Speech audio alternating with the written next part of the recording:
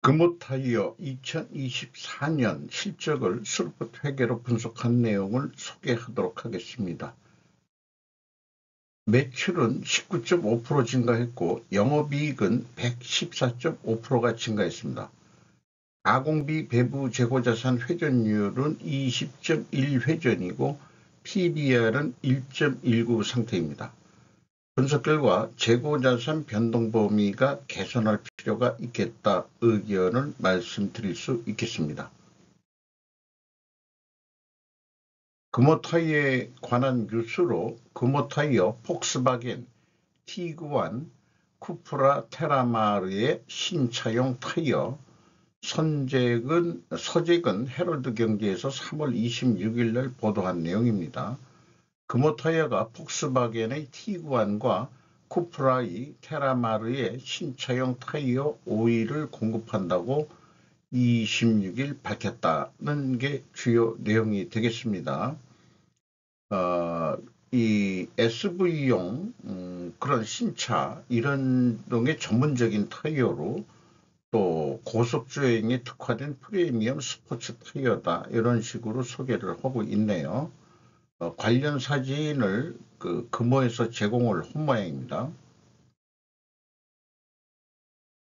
먼저 원가회계 손익으로서 매출이 3조 6천억 원대를 달성했는데 전년보다 무려 19.5% 매출이 증가했습니다. 2022년도에 2조 8천억이었는데 2023년도에 3조 원대로 올라서고 다시 6천억 원대가 더 증가했습니다.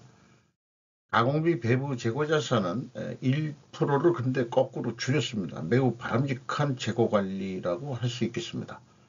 매출 원가가 11.7% 낮게 증가했기 때문에 매출 총이 금액으로 51.1%가 증가했고 판매관리비가 9.1% 증가했습니다만은 그 결과 영업이익 4,943억 원으로 전년보다 122.2%나 크게 증가했습니다. 영업이익률도 13.7%로 6.3% 상승했습니다. 원가 생산성도 1.16으로서 0.08포인트가 상승했습니다. 스루풋 회계로 분석한 결과는 매출에 비례하는 매출 재료비는 1조 8천억 원대로서 10.2% 증가했습니다. 매출 증가율보다 9.3% 낮은 수치입니다. 여기서 우리는 원재료 가격이 하락했다고 추론할 수 있고 또는 판매 가격이 상승했다라고 병행해서 추론을 해볼 수 있겠습니다. 금액상 스루풋 금액이 30.5% 증가했고 스루풋율은 4.2% 상승했습니다. 마진율로 보시면 되겠습니다. 운영경비가 1조 3천억 원대로서 13.3% 상승했습니다. 그 결과 TOE 생산성은 1.38로서 0.18포인트가 상승했습니다. 스루풋 영업이익은 4,947억 원으로서 114.5%가 증가했습니다. 그리고 원가회계 영업이익보다는 4억 4,200만 원이 더 이익이 났는데 이것은 조금이나마 재고를 매출이 증가했음에도 불구하고 감소시켰기 때문입니다. 재고자산 내역을 보면은 제품 및 상품이라고 이 상품하고 따로 2022년도에는 분리됐었는데 그 규모가 크지가 않으니까 제품 및 상품이라고 삼성전자와 같은 방식으로 한꺼번에 표현을 했습니다. 38억 7,800만 원이 줄어들었고 2023년에는 189억 원이나 크게 줄었었습니다. 반제품이라는 게 있는데 25억 7,800만 원이 증가했고 이 제품 및 상품 반제품을 더한 가공비 배부 재고자산은 13억 원을 줄였습니다. 제공품이 없는 것으로 봐서 이 타이어 공정은 매우 짧은 공정이라고 생각이 됩니다. 제공품을 평가할 필요가 없는 업종 아닌가 이렇게 생각이 들어가네요. 원재료는 그런데 414억 원이 증가했어요. 그리고 미착품이 235억 원 증가했고, 그 결과 전체 재고자산은 637억 원이 증가했습니다. 전년도에는 375억 원을 줄였었고요. 그리고 회사가 기간 동안 비용으로 인식한 재고자산의 원가라는 게 있는데, 이 개념 자체가 그 원재료 사용액 아닌가 하는 생각을 해보게 됩니다. 어디 맞춰보려고 그러는데 잘 안 맞아떨어져요. 그것이 또 왜 그러냐? 매출원가 산출함에 있어 재고자산의 변동범위를 WCAI로 하느냐와 전체로 하느냐에 따라서 매출 손익에 큰 영향을 미칩니다. 기간 동안 비용으로 인식한 재고자산의 원가란 개념은 원칙적으로는 원재료 사용액일 것입니다. 그런데 그 근거는 어디서 추적해 볼 수가 없죠. 비용의 성격적 분류 분석 내용은 A 재고자산의 변동이 마이너스 638억 원이면 재고가 증가했다는 뜻입니다. 아까 WCAI에는 감소했는데 여기는 증가했으니까 이게 전체를 기준으로 하는 것 같습니다. 원재료와 상품 매입에 이렇게 표현이 되면은 원재료도 매입액으로 돼 있으면은 뭐라고 그럴까요? 이 A 재고자산의 변동 범위가 전체라는 개념이 되겠습니다. 그래서 아까 그 기간 동안 비용으로 인식한 재조원가라는 금액하고 그건 사용액 아닌가 이렇게 생각이 드는 거죠.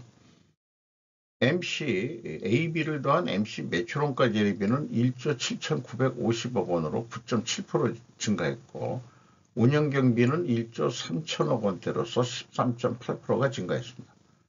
운영경비 1조 3천억에서 판매관리비 3,946억 원을 뺀 9,245억 원이 공장 가공비가 되겠습니다.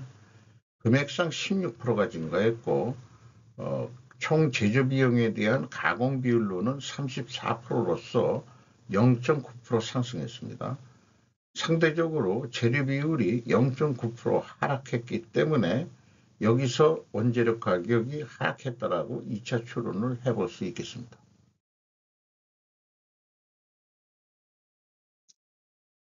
그래서 1단계 가공비 배부 재고자산 증가액과 비용의 성격적 분류 재고자산의 변동금액을 비교를 해보면은 차이가 650억이 차이가 납니다.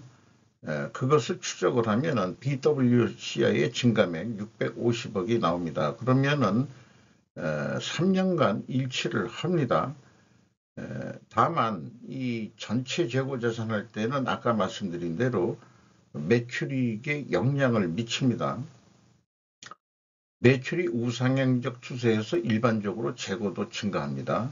매출 원가 산출 로직에서 재고자산의 변동 범위를 전체 재고자산을 기준으로 하면 매출 원가를 줄여 매출이익이 실제보다 더 산출이 되게 되죠. 미차품까지도 매출원가에 산입한다는 것은 비상식적인 행위입니다. 그러니까 두 번째로 하고 있는데 일반적으로 재고가 증가한다는 그런 현실 속에서는 이익을 많이 내려고 그렇게 결산을 한다. 이렇게 이제 해석할 수도 있는 거죠. 2단계 PQ 총 제재 비용도 갭도 1단계 갭과 같고 이것이 원재료 등 비가공비 배부 재고자산의 증가액들이 되겠습니다. 이거만큼 영업이익이 왜곡이 된다고 이렇게 말씀드릴 수 있겠어요. 현금흐름 표기준 전체 재고자산의 증가액도 재고자산 평가 손실 및 폐기 손실을 가감해주면 일치를 합니다.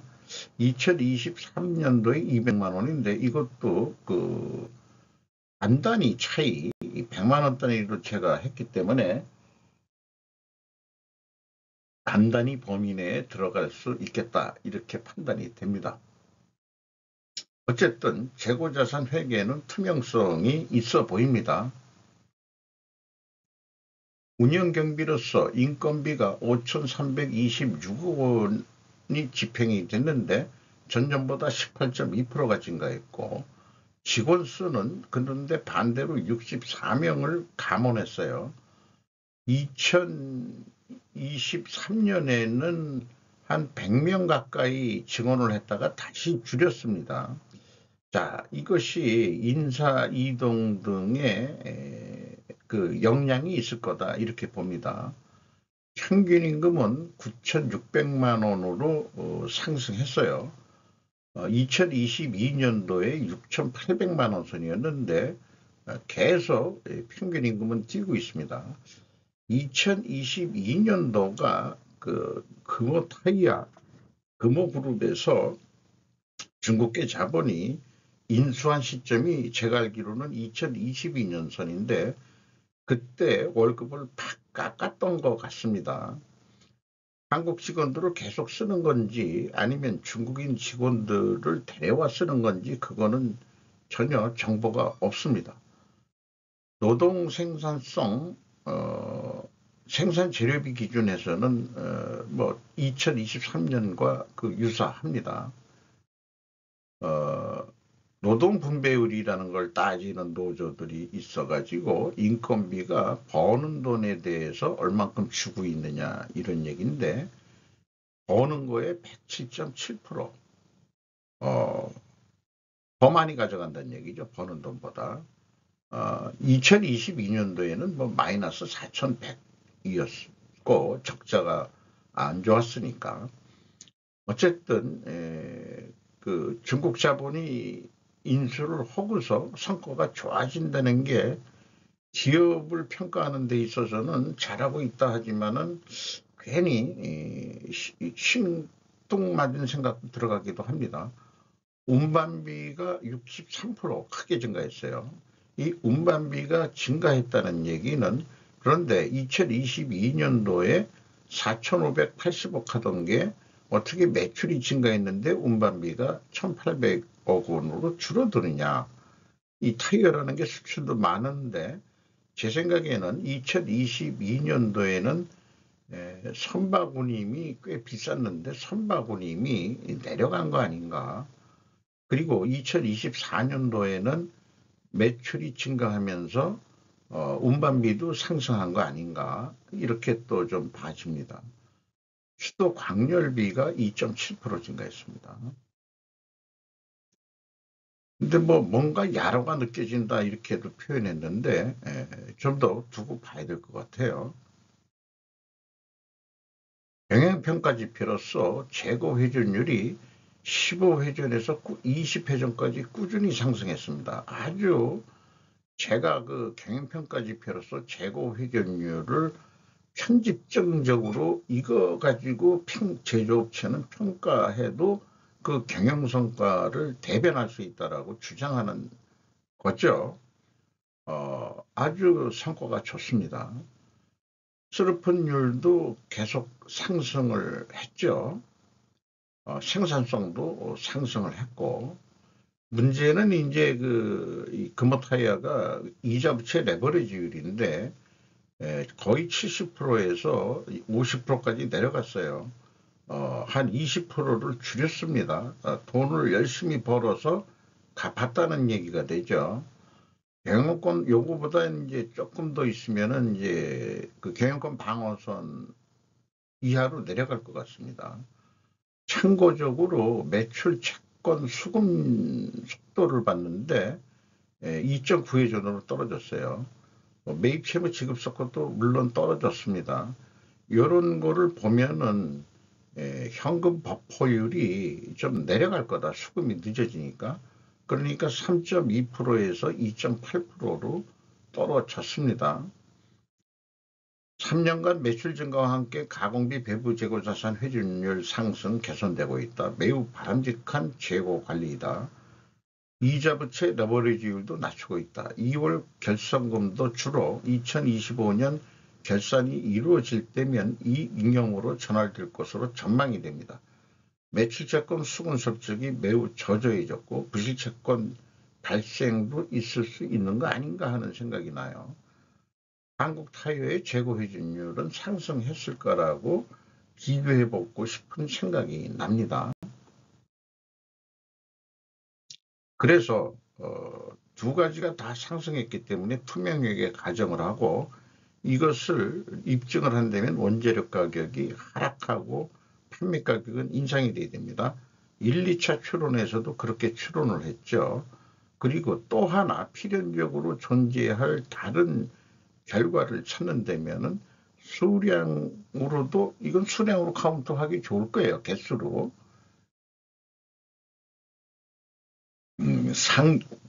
상승한 걸 보여주면은 투명성 검증은 된다고 볼 수 있겠습니다. 그러면은 원재료 가격이 하락했느냐 확인을 해보죠. 원재료 가격은 단순 평균으로 2.2%가 상승했습니다. 요거를 가중 평균을 할 수 있었어요.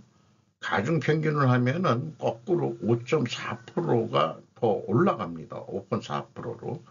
그러니까 투명 입증 추론하고 반대죠. 그런데 타이어 가격은 3.1%가 그 뿐이 상승을 안 시켰어요. 그러면은 다 반대로 이 반대가 아니고 판매 가격은 올라간 건 맞죠. 이 원재료가 확인이 되질 않습니다.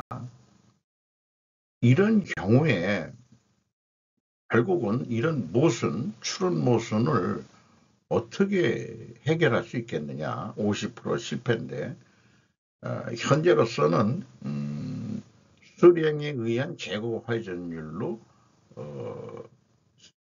회전율이 상승한 것을 입증할 수 있다면은 일단 모순 해소가 되지 않겠냐. 원재료가 그 81.7% 범위 내에서 5.4% 가중평균으로 상승했는데 이 원가 회계의 사고방식대로 한다 그러면은 원재료 그 연동형 가격이 뭐 돼야 된다라고 주장하는 그런 부류들이 있죠. 그 정치권에서도 야당 애들이. 그러면은 3.9% 인상 요인이 있습니다. 가공 비율도 올라갔으니까. 그래서 3.9% 인상해야 되는데 3.1%밖에는 안 올렸다. 이런 얘기가 되겠죠. 그래서 2025년도 매출 계획을 세우는데 여기에 이제 제가 고정적으로 중국하고 디커플링 하세요 라는 메시지를 전하는 것은 이 원가 회계가 그 커플링된 세계에서 그 매출 재래비하고 운영 경비를 디커플링 하라는 것을 상징적으로 비유해서 하는 얘기인데 이게 금호 타이어를 인수한 중공 자본에게 디커플링 하라고 요구하기도 그렇고 그렇습니다. 또 금호 타이어가 수출하는 데는 중국으로의 수출도 분명히 많이 있을 거라고 생각을 합니다. 중국 자본이 인수했는데 금호 타이어 거 사주지 않겠습니까? 전기차 뭐 이런 것들도 그 중국이 뭐 대량 생산을 하고 있는데 중국 내 타이어 공장도 있겠지만은 아마 그 계속해서 매출이 신장하고 있는 거는 중국에 수출하는 게 많기 때문에 그런 거 아닌가 그런 생각도 해보게 됩니다. 그래서 운영 경비 기준으로 먼저 그 매출 예측을 해봅니다. 10% 상승한다고 보고요. 2025년도에. 그리고 영업이익이 114.5%나 증가했습니다만은 여러 가지 그 2025년도에 트럼프의 관세 등 뭐 영향력이 있다고 보고 50%만 영업이익을 인상시킨다. 그러면은 매출이 4조 3천억 원까지 좀 내야 됩니다. 매출 재료비 이거를 근거로 해서 매출 재료비를 20%더 판매 노력을 한다는 거죠. 그럼 유사하게 4조 3천억 원대를 만들 수 있겠습니다. 다만 그 수로품료를 약간 좀 더 올리는 거로 그 판매 가격을 이렇게 계획을 세워봤습니다. 그래서 회사가 사업계획 확장을 4조 3,500억을 한다면은 무려 7,450억 원의 영업이익을 낼 것이다. 거기다가 2024년도 재고회전율 실적은 20.1회전인데 이게 24회전까지 한번 아주 그 무리한 목표지만 19.3% 한다면은 실제 매출액이 5조 2천억이 된다기보다는 종합적인 성과가 5조 2천억 원의 매출 효과를 내서 운영경비가 6.4% 증가한다고 하더라도 영업이익은 1조 원대를 넘어설 수 있을 것이다. 현재 가격으로 계속 이렇게 간다면은 상당한 그 영업이익이 1조 원까지 낼 수 있을지도 모른다. 그런 생각을 해볼 수 있는 거죠. 그래서 판매 계획도 4분면 매트릭스표에 해당하는데 재고가 감소했기 때문에 재고 회전율 상승했죠. 이익이 증가했죠. 그리고 판매액가는 원가액보다 높게 나오게 되어 있습니다. 실제 저도 원가백에 의한 판매 계획을 세워봅니다만은 그 속에는 생략하고 있습니다. EAT 세후 현금 순이익 7,339억 원의 현금을 벌었습니다. EAT 투하자본의 현금 수익률은 31.3% 계속해서 상승했죠. 11%대에서. EMS 영업활동으로 전체 들어온 돈은 6,178억 원이 되겠고 최종적으로 7억 8,100만 원의 현금이 유출이 됐습니다. 다 해놓고 현금으로 들어온 돈, 나간 돈 이렇게 따지면 7억 8,100만 원이 현금이 나갔다. 이렇게 생각할 수 있겠어요. 돈을 벌어서 이자 갚는 데도 썼을 거고 그 다음에 그 비유동 자산에 3,874억 원을 썼습니다. 요거는 주로 중소기업 투자로 돈을 썼습니다.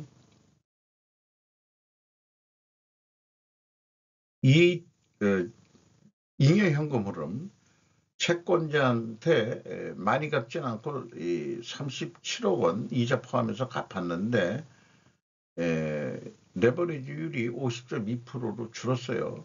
이게 줄은 거에는 그 투하자본이 증가했기 때문에 줄은 면도 있습니다. 아직 결손금이 있는 상태이기 때문에 이익 배당은 생각할 수가 없고요. 참고적으로 캐펙스 투자를 보면은 중소기업 및 관계기업 투자에 4,127억 원을 썼습니다. 유형자산에도 209억 원 투자를 했습니다. 주가를 보면은 시가가 4,850원으로서 연초보다 60원 상승했고 PBR은 1.19 상태입니다. 주주는 싱웨이 코리아가 45% 지분을 가지고 있고 한국산업은행이 7.43% 지분을 가지고 있습니다. 싱웨이 코리아의 최대 주주는 킹따오 싱웨이 인터내셔널 인베스트먼트로 되어 있습니다. 자, 이런 생각을 해봐요. 친중 금호그룹의 결과는 알짜기업 금호타이어를 중국 자본에게 남긴 것이다. 물론 채권은행이 산업은행이 의사결정을 했겠지만 금융권 이외에 자금 차입을 하이난 항공을 통해 조달했다는 뉴스들이 있었습니다.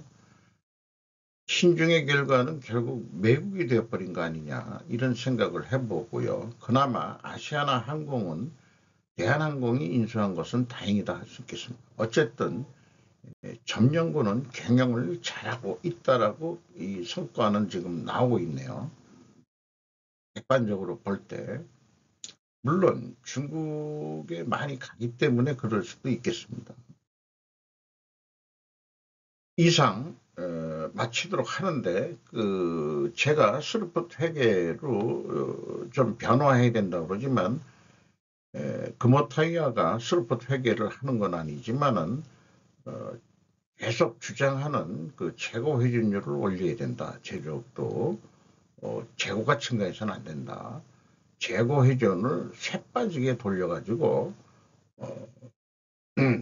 수요에 맞춰서 그 재고 회전율을 올려야 된다는 그런 의사결정을 하려고 그러면은 손익계산이 단순한 스루펫 회계로 해야 된다는 것을 강조하면서 마치도록 하겠습니다.